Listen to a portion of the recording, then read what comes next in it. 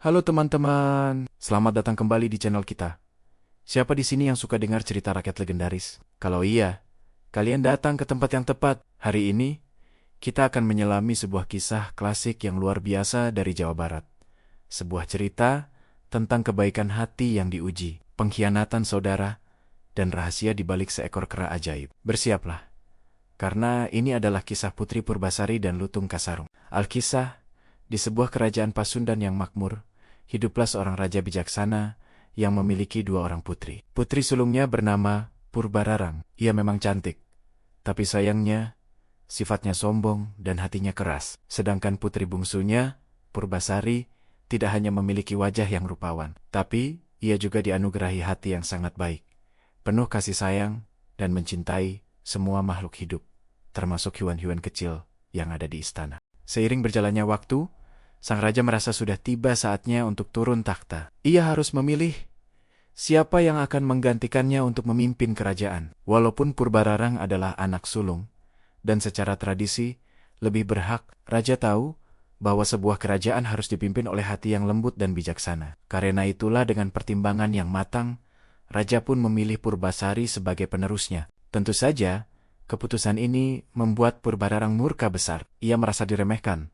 Haknya sebagai anak sulung direbut begitu saja oleh adiknya sendiri. Didorong oleh rasa iri yang membakar dan dendam yang mendalam, Purbararang segera menemui seorang penyihir jahat di pedalaman hutan. Ia meminta ramuan atau kutukan yang bisa menyingkirkan Purbasari dari takhta untuk selamanya. Dengan lisik, Purbararang pulang ke istana dan menyajikan Purbasari secangkir teh yang sudah dicampur dengan mantra hitam dari sang penyihir. Purbasari yang tidak menaruh curiga sama sekali, meminum teh itu sampai habis. Tak lama setelahnya, sesuatu yang mengerikan terjadi. Tubuh Purbasari yang mulus tiba-tiba dipenuhi bentel-bentel hitam yang menjijikan, menyerupai penyakit menular yang parah. Wajah cantiknya pun kini terlihat sangat mengerikan. Purbararang tidak menyia-nyiakan kesempatan ini. Ia langsung menghasut ayahnya dan para penasihat kerajaan. Ia mengatakan bahwa penyakit Purbasari sangat berbahaya dan bisa menular ke seluruh rakyat. Dengan berat hati dan rasa sedih yang mendalam, sang raja tidak punya pilihan lain.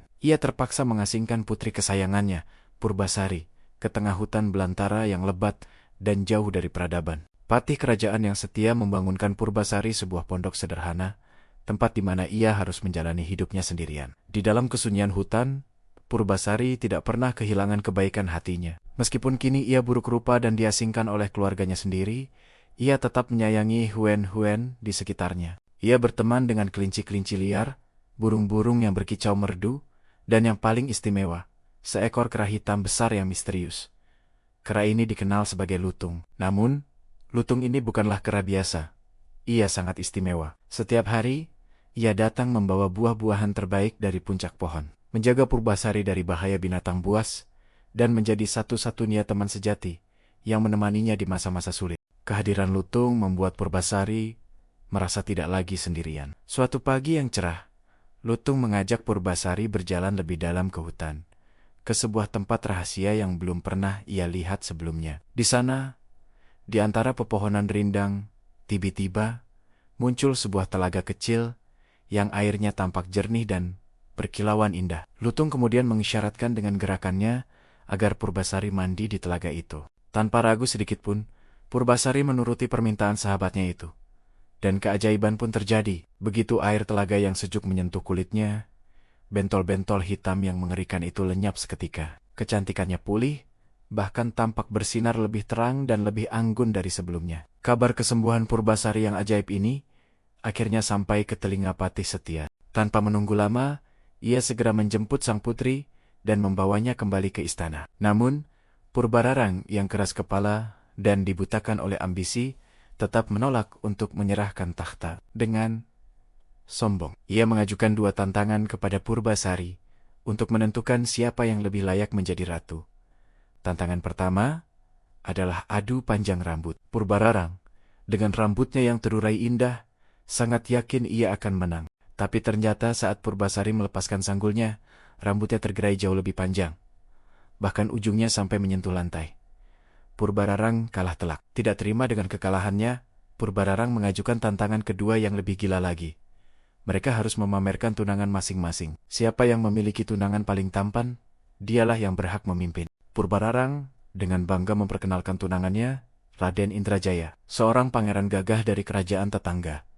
Sementara itu, Purbasari hanya bisa berdiri sendirian. Di saat-saat genting itu, karena tidak punya pilihan lain, Purbasari menunjuk satu-satunya sosok yang selalu setia di sisinya. Ia menunjuk Lutung Kasarung yang berdiri di belakangnya. Seketika, Purbararang dan semua yang hadir tertawa terbahak-bahak, mengejek Purbasari yang menunjuk seekor kera sebagai tunangannya. Tepat saat tawa Purbararang mencapai puncaknya, Lutung Kasarung tiba-tiba berdiri tegak. Perlahan tapi pasti, bulu-bulu hitamnya mulai terkelupas, digantikan oleh cahaya terang yang menyilaukan mata semua orang. Di hadapan seluruh istana yang terperangah, Lutung itu berubah wujud.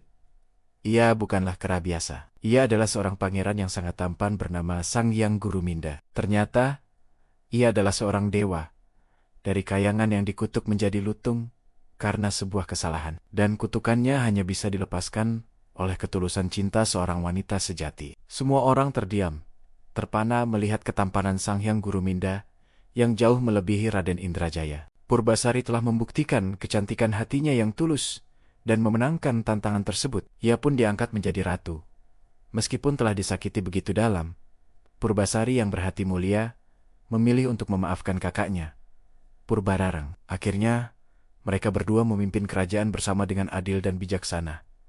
Pesan moral dari cerita ini sangat jelas, teman-teman. Kecantikan hati jauh lebih penting dan abadi daripada sekadar kecantikan fisik. Sifat iri dan dengki hanya akan membawa kerugian dan penderitaan bagi diri sendiri.